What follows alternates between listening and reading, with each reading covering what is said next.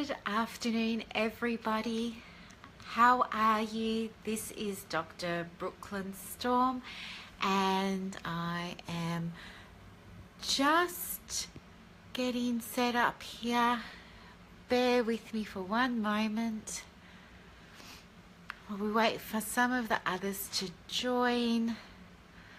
Okay. Hey Frank, how are you?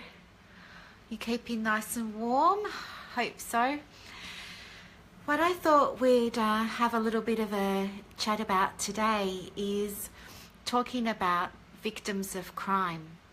So if you have been a victim of crime, there are some entitlements that are available to you. So in order to access these, first of all, when the crime has been committed, you would need to pop down to the police station and make a statement. And making a statement is a very difficult thing to do if you've been on the receiving end of an assault or some other kind of crime, I know. But the important thing is that help is available. In order to access some of the support, you would need to obtain a copy of the police statement. And the reason for that is because we need to know the statement number so that we can assist you in accessing some of these services. So what will then happen is maybe you'll have a lawyer, perhaps. You don't have to, but maybe you'll have a lawyer, and the lawyer will refer you to some psychologists in your local area.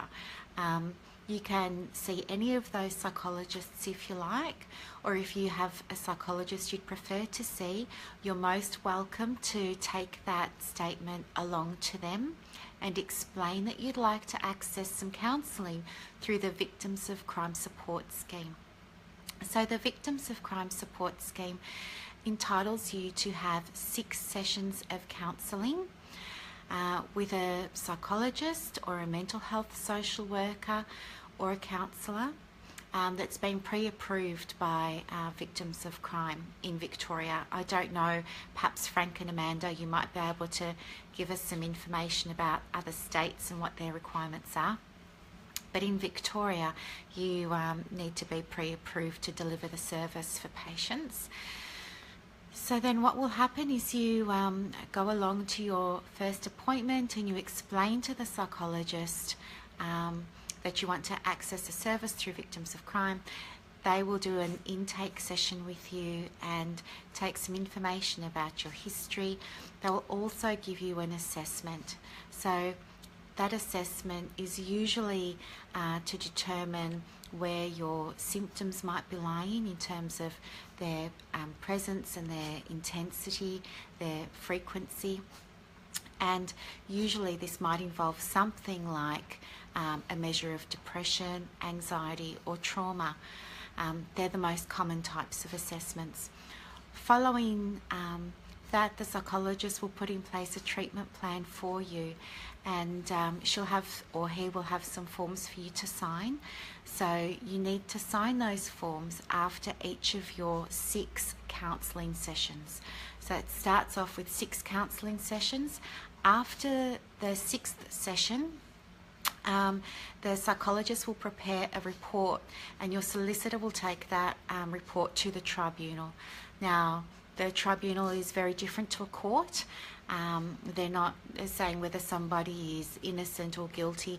The Victims Support Tribunal is wholly and solely there to support people who've been a victim of crime and to consider on the weight of the evidence available, the extent of support that you may be entitled to. And from state to state, again, that can differ, but in Victoria, the types of support is usually things like financial compensation, for example. The court or the tribunal may approve ongoing counselling that they fund for you for a certain period of time. Your psychologist can make recommendations to the tribunal about other supports and interventions that might be helpful to you over the mid to long term. And some examples of supports that I've included in some of my reports have been things like self-defense classes for women. We've had security bars put on windows for some of our clients. Others have taken a mini break away. Others have gone on mindfulness retreats. So it's really important that you have that conversation with your psychologist about the types of non-psychological support too that you might benefit from.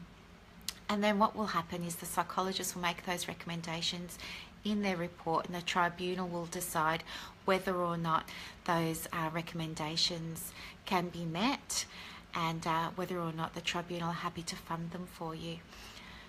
Following tribunal, you're most welcome to continuing counselling. If the tribunal haven't approved ongoing sessions, that's okay. You can still continue with your usual psychologist, and Medicare will support you for the first 10 sessions by rebating you towards the cost of some of those appointments, just to make it a bit easier for you to get back into the flow and to engage. So that's a little bit of information for you there around types of support that perhaps you didn't know about that you could be entitled to if you have been a victim of crime. As I said, you do need to go to the police station though and lodge a report, and it's always really helpful to give that copy of the report to your psychologist so he or she can set up the documentation correctly from the outset and make the engagement in counselling as smooth as possible for you. If you have any questions at all, please don't hesitate to ask or pop a comment in the comments box. If you like any of the information or what we're talking about today is resonating with you, it'd be really awesome if you could let me know with a bit of a thumbs up so I know that I'm providing you with useful information. If there are other topics that you'd like some guidance on or some information about too, please don't hesitate to let me know. I have another 84 of these to go, so I can most probably accommodate your needs.